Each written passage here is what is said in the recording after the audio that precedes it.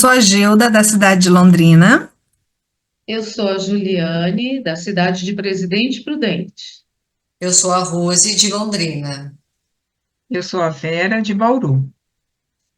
Eu sou a Edna, sou também de Bauru, e nós cinco somos idealizadoras do Mulheres que Escutam Mulheres, que é um espaço sensível e seguro de escuta e fala para mulheres. E também somos autoras do e-book Inocência e Ingenuidade, um olhar infantilizado sobre a vida. E hoje nós vamos destacar um trecho desse nosso e-book, porque ele foi construído com base nas nossas vivências, e nós destacamos então um parágrafo aí para a gente poder dimensionar com vocês. Vamos lá?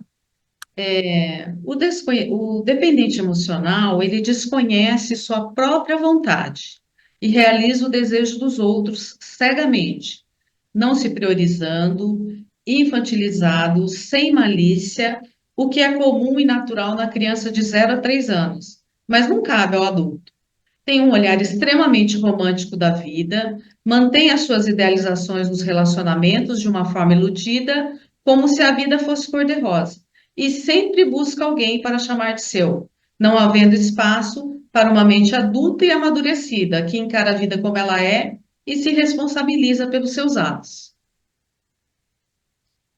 Bom, o que se destaca nesse texto para mim é a idealização nos relacionamentos e o romantismo perante a vida. Edna, como você poderia me dizer sobre essa idealização? Bom, Júlia, eu vou dar um exemplo em que eu vivi, que eu conheci uma pessoa e logo na segunda conversa que eu tive com ela, é como se ela fosse a pessoa que eu esperei a vida inteira. Então, eu olhei para ela e comecei a conversar e aquilo já se fez em mim. Esperei todo esse tempo, por 40 e poucos anos, encontrar uma pessoa dessa forma. Uma pessoa que diz que me ama, uma pessoa que diz que vai ficar comigo a vida inteira, que vai cuidar, que vai morrer junto comigo. E aí, o que foi ocorrendo? Cada vez mais eu fui me distanciando dessa pessoa real. Eu vivia e fazia tudo para essa pessoa que eu construí, que não tinha nada a ver com o que era ali o processo real dela. Sim. E aí, Edna, né, você descreveu esse fato aí. Que consequência que você percebeu aí? Porque é normal a gente se envolver nas relações, né? Se diz que se apaixonou. Que consequências você percebe que teve isso para você? Não, é o que eu te disse, Rose. Como eu passei a viver essa relação com essa pessoa idealizada, eu não percebi, demorei muito tempo para perceber, depois de muita terapia, muito estudo e muita busca em mim para saber o que acontecia, que eu fui percebendo que eu tinha me entregue totalmente a essa pessoa. E eu só realizava os desejos dela, e ela fazia o que queria. E aí foi um processo de vinculação emocional, de entrega Eu realizava tudo que ela queria, na verdade. E ela era totalmente abusiva, totalmente. E eu sofria muito, me sentia muito oprimida com isso e fui ficando num estado deplorável, emocionalmente, fisicamente. Comecei a sentir muitas dores, muitas coisas no meu corpo. Emocionalmente eu já não sabia mais o que era real, o que não era, para onde eu ia, para onde eu vinha, e eu estava entregue a ela. Ela podia fazer o que quisesse de mim. E a pessoa idealizada mesmo nunca existiu, né? A pessoa real, ela foi construindo ali comigo e sugando tudo que ela podia. Ela tirou tudo que ela pôde de mim. Nesse trecho aí que a Ju leu, o que caiu para mim como uma luva foi o não me priorizar e a falta de malícia. Isso ficou perfeito para mim, encaixou certinho. E aí, Gilda, o que você considera não se priorizar, não ter sido, né, se priorizar durante aí? Ó, Vera, Eu vejo hoje que durante toda a minha vida eu nunca me priorizei. Sempre o outro tinha a preferência ali, e eu vivia sobrecarregada, porque eu tinha que dar conta, sabe? Tinha os pais, né? Tenho ainda meus pais, né? Mas hoje eu consigo manter uma distância maior. Mas, assim, eram os pais. Filho, então, era uma dedicação 100%, marido, trabalho, limpeza da casa, tudo vinha antes de mim. Nunca sobrava tempo nem para descansar, eu não me permitia descansar. Se eu falasse assim, eu vou deitar um pouquinho, não, Judas, você tá com preguiça, levanta, vamos fazer alguma coisa aí, porque você precisa dar conta. Então, até para viajar, sabe? Eu não me dava o direito de viajar. Para eu começar a viajar uma vez por ano, eu passei por um processo com as amigas, que elas me ajudaram a fazer um projeto para que todo final de ano eu conseguisse fazer uma viagem, porque nem isso eu me permitia. Foi depois disso que eu comecei a ganhar um pouquinho mais de foco para mim mesma, sabe? Mas foi um processo longo para chegar nisso. Gilda, você citou também a sua falta de malícia. Como que você define isso para a gente? Nossa, falta de malícia é tudo que a Gilda parece, sabe? É pura ingenuidade, sabe? Eu defino como confiar nas pessoas, né? Durante minha vida eu sofri 3 grandes traições que me causaram muita dor, né? Justamente por confiar. Então, quanto mais próximo de mim, mais eu confio. E nisso eu quebrei a cara várias vezes, né?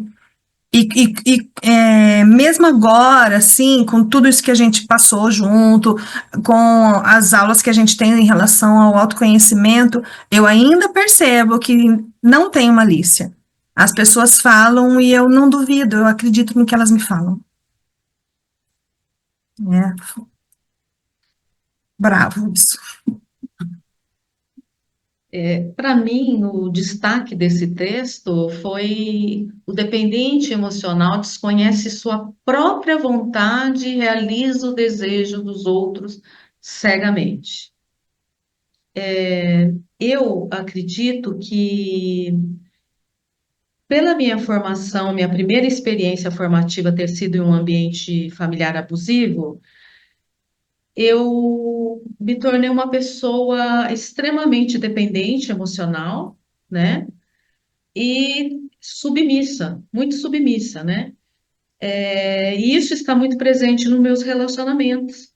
É uma necessidade muito grande de ser validada, de ser aceita. E aí, com isso, eu faço qualquer negócio nos relacionamentos, porque eu desejo muito ser aceita, né? Porque a pessoa que passa por situações abusivas, ela acredita que ela não tem valor, que ela não é limpa, que ela não tem mérito, que ela é uma pessoa incapacitada diante das outras pessoas, né? Então, isso é muito presente na minha vida. Foi presente, hoje já está bem melhor, né? Por todo o processo que eu venho implementando na minha vida, através do autoconhecimento, da autopedagogia, né, nos ambientes da Marlete Wildenberg, mas eu percebi a minha mente extremamente imatura, extremamente sem maturidade para olhar para a vida como ela realmente é. E a vida não é nenhuma mãe boazinha para a gente, não é verdade? Então, isso casou muito para mim, muito. E Ju, você acha que toda essa situação que você viveu, você sentiu ou está percebendo agora que houve uma distância de você nisso? De Ah, você com você? eu sempre me percebi muito distante de mim, porque eu nunca me priorizei em absolutamente nada, né? Eu nunca soube qual era o meu desejo, era sempre fazer pelo outro, né? Eu cumpria com o desejo do outro. E não é com o outro lá longe, é com o outro muito próximo, né? Com os filhos. Mãe, quero isso. Eu deixava de fazer alguma coisa para mim, às vezes de sair para fazer alguma coisa que eles queriam. Então, eu nunca me priorizei. Uma outra coisa que eu me distanciei muito de mim é que eu confiava cegamente nas pessoas. E, consequentemente, eu ia me tornando mais vulnerável. E o ciclo do abuso permanecia, né? Então, isso também é uma coisa que eu observei muito através da autopedagogia. Uhum. Ô, Júlio, você falou, né, que nas relações você se submeteu, né, você vivenciou abusos. Você consegue, assim, perceber essas consequências da sua vivência? Olha, Rose, as consequências mais marcantes para mim, como eu coloquei para você, né, que a gente se sente sem valor, foi a autoestima. Eu não tinha autoestima nenhuma com a minha pessoa, né? Outra coisa é que, por não ter autoestima, fiz um isolamento social, eu tinha dificuldade de me relacionar com as pessoas, né? Uma dificuldade muito grande de me expressar, porque eu me sentia sempre muito inadequada nos ambientes. E uma dificuldade por não perceber as situações abusivas, apesar de me colocar nas situações abusivas, eu não percebi os abusos e então eu não consegui estabelecer relacionamentos saudáveis e independentes. Eu sempre era dependente, sempre precisava estar sob o comando e o jugo de uma pessoa, totalmente submissa. Olha, eu me reconheci muito aí em você, Julie. E aqui, para mim, no texto que a gente destacou do e-book, me chamou muita atenção essa questão do que a gente escreveu é comum e natural numa criança de 0 a 3 anos, mas não cabe esse comportamento para um adulto. E porque eu também, né, estou me reconhecendo como portadora da dependência emocional, né, eu me vejo viciada em afetos, aí eu fico com dificuldade, eu tive muita dificuldade de identificar o abuso, né, pela minha ingenuidade, e então foi um ponto que eu destaquei, né, nesse trecho. Achei bem interessante, Rosa, essa parte que você destacou. E você consegue, assim, explicar melhor para a gente como que isso se dá na sua vida? Olha, Edna, assim, eu percebi a contradição que eu vivi, né, num relacionamento que, especialmente na minha vida profissional, hoje eu sou aposentada. E o que eu desenvolvia na vida profissional era, assim, de muito desafio, era um ambiente bastante tenso, né, era uma atividade complexa e de muita responsabilidade. E quando eu chegava em casa, eu era totalmente submissa, né? Assim, por exemplo, eu não podia nem ter empregada. Eu tinha condições de pagar, mas eu tinha que fazer todo o serviço de casa, cozinhar, né? Então, eu me submetia ao máximo. Então, eu vivia cansada, viajava bastante, né? Então, isso eu via o meu paradoxo. Numa área, uma mulher forte, desenvolvendo atividades, né? Enfrentando situações assim opressoras até, né? E por ser mulher no ambiente em que eu desenvolvia a minha atividade, era duplamente exigente, porque eu sempre tinha que provar a mais, né? E chegava em casa, cordeirinha, né? Dizia sim para tudo, né? Acho que eu nem questionava, gente. Tinha que ir na feira, comprar as coisas, limpar, passar, né? E então foi assim, esse paradoxo que eu vi em mim.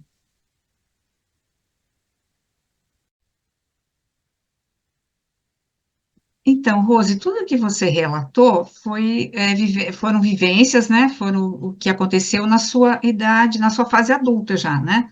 Como profissional, como dona de casa, né? E aí você associa isso à sua formação, a alguma coisa relacionada à infância, ao período, né, de infância? Sim, Vera, estou constatando isso, porque o que eu vivi nisso aí foi com base no que eu vivi na minha formação, né, na minha infância, porque a minha referência era essa, uma mulher submissa, né, da minha cultura especialmente, né, a mulher ela não tem voz, e meu pai era o provedor, então, com base nisso eu vivenciei isso, né, nessa relação, e mas assim, como você disse, é agora que eu estou começando a perceber, fazer essa relação que eu estou vivendo, que eu vivi como adulta, repetindo ali a minha infância, né? E, e assim, eu percebo também que eu sempre quero estar bem com as pessoas, independente de quem seja essas pessoas. então eu estou me submetendo, eu vejo o abuso por conta da minha ingenuidade, né? Então, sim, ficar diante desse quadro faz com que eu consiga me gerenciar melhor, não me colocar mais em situações de abuso, sendo permissiva, porque eu me percebi muito permissiva como uma referência que eu tive na minha infância, né? A minha mãe era muito permissiva. Uhum. É. Eu acho que eu também me identifico bastante, né, com você, com todas as amigas, né, que falaram, e assim, um exemplo, né, uma vivência minha, que não faz muito tempo, assim, um ano e pouco, né, de ver, assim, até, assim, um comportamento mesmo infantil, de, na verdade, eu esperar que alguém faça por mim, né, no sentido de que se eu tenho uma necessidade, eu sempre aguardo que alguém dê o comando para dizer, ó, faz assim, ou faz assado, ou traz a solução direto, né. Estou exemplificando com um caso que eu tinha que eu queria consertar, alinhar as minhas janelas, né, dos quartos veneziana, que tem 3 folhas, aquelas janelas de alumínio e tal, que faziam muito barulho, né, quando eu ia fechar ou abrir, principalmente à noite, que eu acabava deixando para ventilar, ficava aberta até muito tarde, que eu durmo tarde também, e eu ia fechar essas janelas, essas folhas, e fazia um barulho, fazia até um apito, uma coisa bem estridente. Então, eu ia fechando devagarinho para não incomodar, porque achava que ia incomodar mesmo. Procurei em alguma época aí, ver se eu achava uma pessoa, indicação de uma pessoa, que fosse, né, que tivesse um bom trabalho, um bom desempenho, um bom resultado. Não achei, né? Aí, um dia, como por mágica, né, quando você parece que, olha, caiu do céu, né, eu precisando, e aí o meu vizinho aqui de hall, inclusive é de parede mesmo, falou que tinha sido, conhece uma pessoa que indicou, não sei por que que ele perguntou para ele, indicou um pessoal que não é aqui de Bauru, numa cidade próxima, e que eles trabalhavam bem, e eles poderiam fazer esses reparos, né, porque muita gente reclamava realmente dessa coisa. E aí, falei, puxa, que bom, né? Ele fez outros apartamentos, outros proprietários também quiseram, né? Ele fez um orçamento, mais ou menos a mesma base, ninguém contestou nada, eu fui uma das que também não contestaram, e aí ele fez em alguns apartamentos primeiro, o meu foi um dos últimos, né? Aí ele começou, fez alguma coisa, né, no primeiro dia. Aí ele até perguntou se no dia seguinte poderia ter mais gente aqui trabalhando, para eles serem mais ágeis. Eu falei que sim, quanto, né, mais rápido, melhor. E aí, nesse primeiro dia, ele já pediu para eu fazer o pagamento, né? E eu fiz, né? Passei o cartão e tal, tal. Ele voltou no dia seguinte, né? Só que teve 2 janelas que ele disse que teve mais dificuldade. Eu estava presente, mas eu não estava necessariamente acompanhando o que eles estavam fazendo, né? Uma que eu não entendo, né? Mas confiei, né? Aí teve 2 janelas que ele falou, olha, eu não estou conseguindo colocar de volta, porque eles tiraram, removeram as esquadrias, a moldura e tal. Ele falou, ah, eu não estou conseguindo, eu vou ter que dar uma parada, né? Então eu vou levar essas 2 folhas, né, de 2 janelas, amanhã eu trago. Tá bom, confiei. No dia seguinte ele trouxe, instalou, mostrou que estava funcionando, né? Achei que estava também. Só que assim, no mesmo dia ou no dia seguinte eu fui abrir uma delas, e aí ela já saiu do trilho, né? Aí eu fui ver, ela estava muito menor do que era antes, não cabia mesmo no caixilho, enfim, né, na coisa. Eu achei muito estranho, entrei em contato com ele, ele atendeu, tal, tal. Não, não, amanhã eu vou arrumar. Ele não veio, né? Passaram acho, uns 2 dias eu ligando, tal, e ele ainda estava fazendo esse serviço aqui, né, no prédio. Aí depois, acho que de 2 ou 4 dias, mais ou menos, uma outra janela também aconteceu a mesma coisa. Uma folha, eu fui movimentar, e assim, ela só não caiu lá, eu moro no terceiro andar, ela só não caiu porque a rede de proteção aparou. Eu podia ter causado um incidente, né? Ou numa pessoa passando, ou num carro, né? Porque tem a garagem, né? No térreo. Nossa, aí quando aconteceu isso, eu entrei em contato com ele, é, deixei recado, ele não retornou, eu liguei algumas vezes, né, ele não retornou, aí ele não deixou recibo, ninguém do prédio aqui pegou o recibo dele, então a gente nem sabe se ele tinha uma empresa mesmo, só tinha o telefone de contato dele, e é interessante que eu estou lembrando agora, eles tinham um uniforme, né, que tinha o emblema, né, a logo da empresa. Eu nunca me ative a tirar uma foto, entendeu, para que ali tinha um telefone, alguma coisa assim, e eu sei que realmente ele não deu, não procurou, né? Não fez realmente o reparo que ele tinha que ter feito. E eu estou com, inclusive, essa primeira que realmente emperrou o vidro, até hoje está como ele deixou, porque já tentei arrumar, né? Chamei uma pessoa, tentou arrumar, mas não tem, eu vou ter que fazer de novo, entendeu? Então, Vera, tô. Oi. deixa eu te interromper um pouquinho. Eu fiquei pensando aqui, você conhece tanto assim esse seu vizinho a tal ponto de confiar na indicação dele?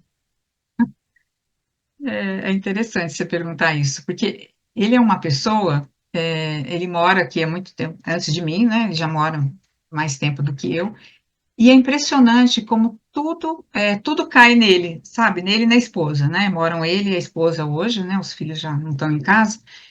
E assim, parece que é um polo atrativo, que todos os problemas, todo mundo se reporta a ele, né? Porque desde que eu estou aqui, ele nunca foi síndico, fez parte de conselho, tudo isso, mas nunca foi síndico mesmo. Mas ele sabe de tudo que acontece no prédio, todos os problemas. Ele é a primeira pessoa, mesmo tendo um síndico, né? Zelador a gente não tem aqui no prédio, mas mesmo tendo um síndico, todo mundo se reporta a ele. E assim, acho que confio, confio. E assim, sabe como eu falei? Caiu do céu, estava precisando. Ele ofereceu, ó, tem uma. Ai, que bom, né? Então, vou lá. Então, fui. Céu e a janela quase cai lá embaixo, né? Causando prejuízo Quase, cara. enorme. Exatamente, exatamente. Corri um risco sério, né? Além de ter, né, a questão financeira, né? E fui realmente lesada. E como Então, você se sentiu, Vera, depois de tudo isso? Como que você ficou? nossa, eu fiquei. Eu fiquei assim, indignada comigo, né? A primeira, eu falei, nossa, como eu fui inocente, né? Eu fui revendo, né? Aí eu pensei, nossa, por que que eu paguei? Ele pediu para eu pagar, por que que eu paguei? Né? Assim, obedecer comandos mesmo, né? Ah, eu vou obedecer, né? Então, assim, não pensei, né? Aí aquela coisa de não estava presente, né? Não, eu até falo, né? Eles estavam trabalhando aqui, eu estava aqui dentro de casa, mas eu não estava acompanhando. Então, o que ele fez, né? Eu não posso nem avaliar, quer dizer, eu sei que o resultado não ficou bom, Uhum. mas isso prova realmente a minha ingenuidade, né? De não, sabe, não me apropriar, né? Do que realmente ele poderia fazer, do que eu queria, né? Certamente. E isso acontece muito ainda, viu? Entendo, Aí a entendo. gente vê como ainda tá infantilizado. Exato. Como reforça a nossa inocência e nossa ingenuidade, né? Então, né, Exatamente. diante aí de tudo que a gente colocou aqui, né, como é importante a gente falar, escutar, a gente se ver, né, uma na outra, nas nossas dificuldades, a nossa ingenuidade. E aí reforça, né, a parte que a gente colocou do e-book, né, que se a gente mantém essa visão infantilizada aí sobre a vida, a gente considera que não tem espaço aí para uma mente adulta, madura, né, que vai encarar a vida como ela é e a gente se responsabilizar pelos nossos atos, né? Aí. Verdade. Por isso Vamos que Aí foi aprender. muito, foi nós muito temos um interessante, né? espaço Esse Mulheres. papo, né, que a gente teve. Ai, perdão. É.